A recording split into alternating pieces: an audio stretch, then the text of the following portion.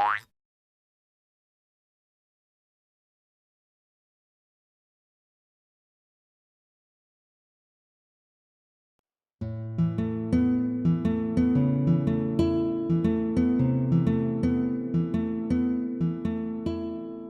really envy kids who were born after 1990. As an 80s kid, I have a weirdly privileged position in the gaming community in that I was there when gaming was terrible. I mean the first time. I never had an Atari, but I did have a Commodore 64, which played a lot of the early potato age games that set the stage. That was my first real gaming experience before I could manage to buy an NES on my meager allowance. And despite how objectively bad and borderline unplayable a lot of those early games were, I loved the ever-living hell out of them. The day I finally beat Bowser and finished Super Mario Bros. Is a day I will never forget. Mainly because I, a very isolated and lonely kid, wanted to tell everyone at school about my achievement. Trying to make friends and connect to people was so unbelievably hard, and I thought that surely finding out I'd beaten the final boss of a game that had been legendary in my mind for years would yield something.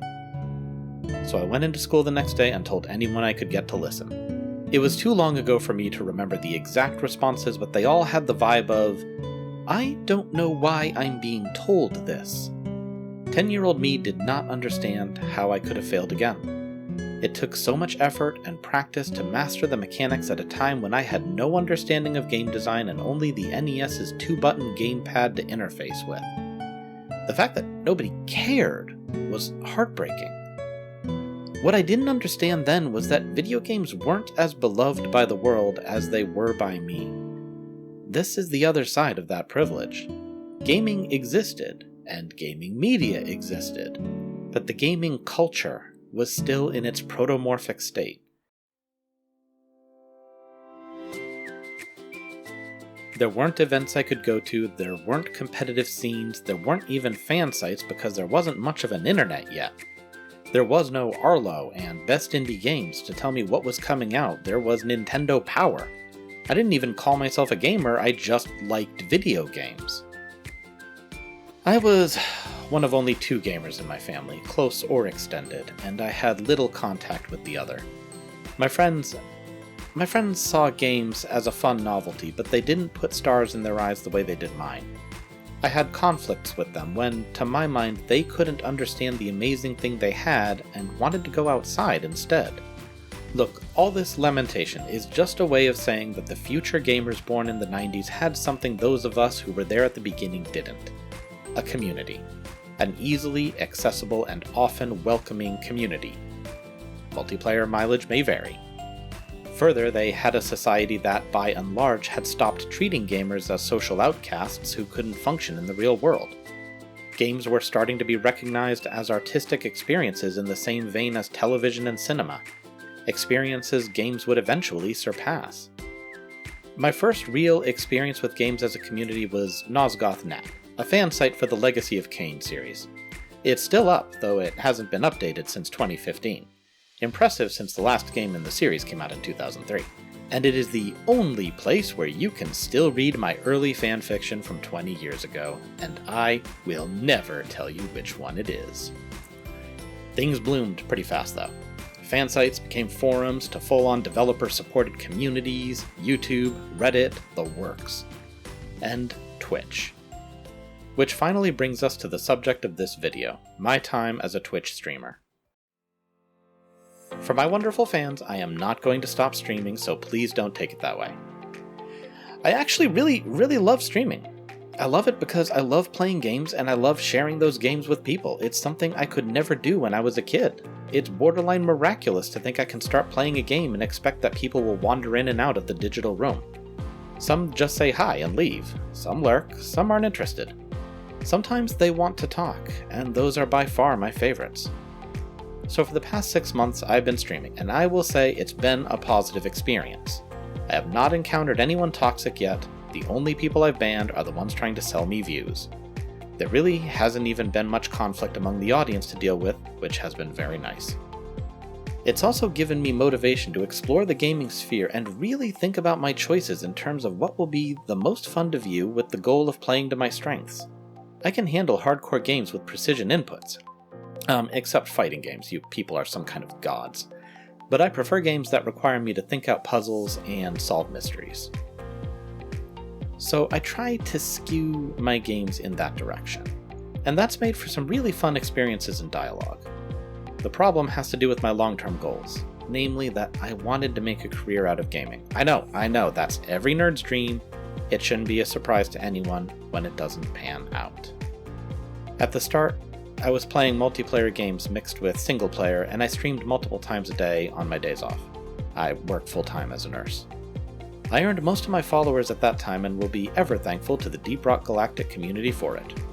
But multiplayer is very repetitive. I start to run out of things to talk about. There's only so many times I can exclaim, "Ah, spider, burn it!" before the catchphrase loses its impact even if the game doesn't lose its fun. Competitive multiplayer comes with its own problems, as I'm not that competitive a person, and don't have a lot of tolerance for trash talking. I tend to run my own race rather than trying for first. Plus, cheaters. The first plan had me burning out pretty hard. Never before have I looked at my computer and thought, I just can't handle playing another video game. 3 streams in a day was too much, at least while working full-time as well, so that had to go. Second iteration was a little less structured. I played mostly morning or noon, and those would be action or adventure-oriented games more in my lane. Occasionally after work I would come home and do a relaxation stream where we would play something chill and soothing. Spiritfarer was the big game for that. This was kinda nice, but I started to get boxed in with long games that would go on for months.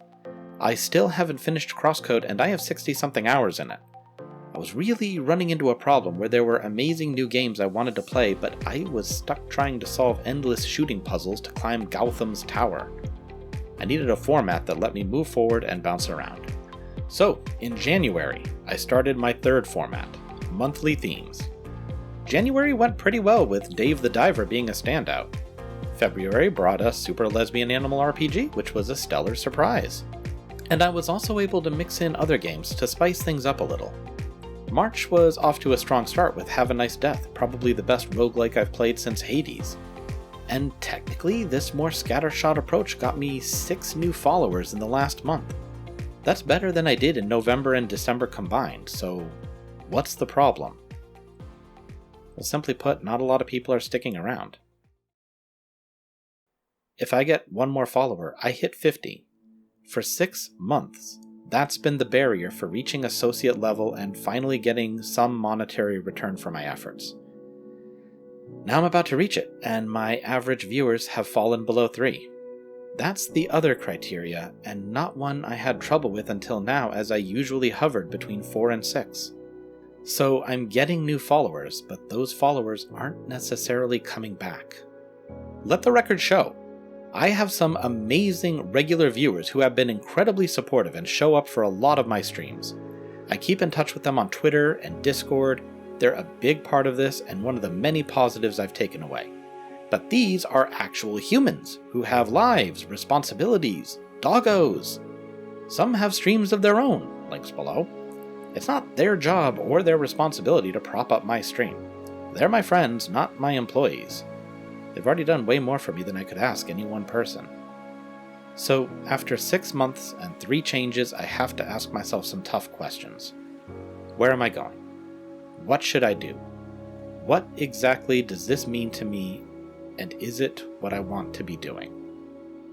Well, there's kind of a funny thing I realized while thinking about this. I don't often watch streams. It's not that I don't get the appeal. Watching people do something you love gives you an immediate connection and can be fun to sympathize with. The one I enjoyed most was Man on the Flying Trapeze's Deep Rock stream, because it was interactive. Audience members could help or hinder him by sending items or enemies. Kinda turned it into an RTS. I used to watch Ori the Alien's Dead by Daylight streams too, but maybe I just liked the camera that was always on her dog. But I never got a notification and leapt up thinking, oh, it's on, I have to watch this. I just kind of closed the notification. Best I do is have them on in the background while writing.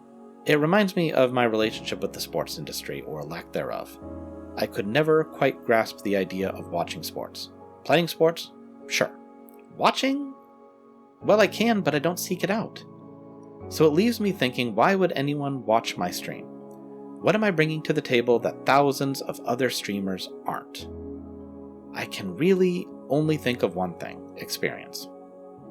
I have a lot of time as a gamer, a lot of knowledge about the industry and its history, and I'm actually a published author, so I do have some modest skill at writing.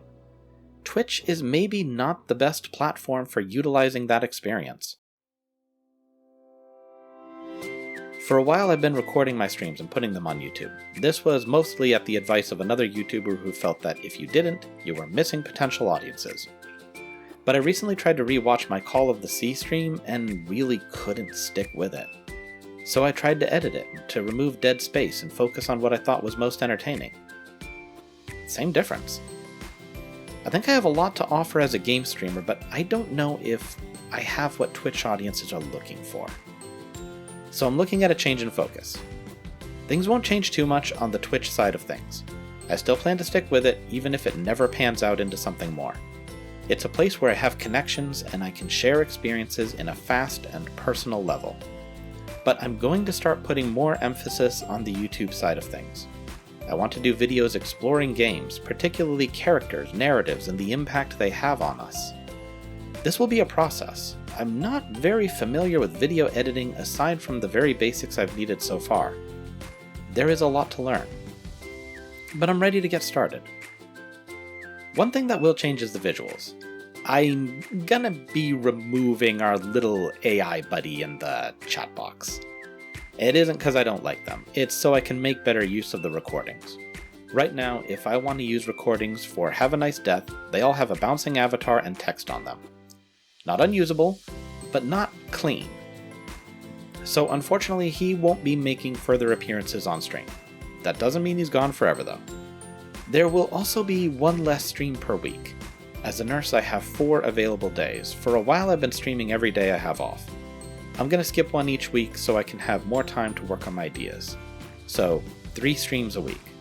I'll also be maintaining my usual Twitter and Discord presences, and if the mood strikes me, I may do another one.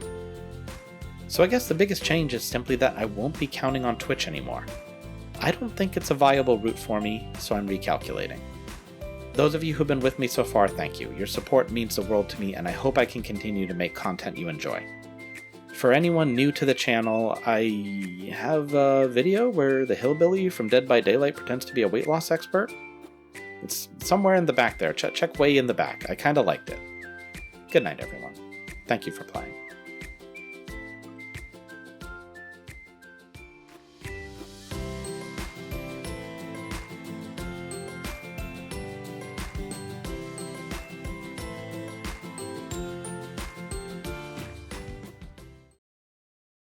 This episode was brought to you by the Feral Fists. You tired of being laughed out of the gym? Do you demand respect? Do you support the right to bear arms? Well, then you need to equip yourself with the latest weapon to come out of Brad and Brocifer's gym. Using Art of the State sorcery, our necromancers will permanently attach a pair of spectral, muscle-bound arms to your shoulders, ensuring you are always the biggest man in the halls of eternity. Trust me when I say you will be thrilled to give every dissident employee you see the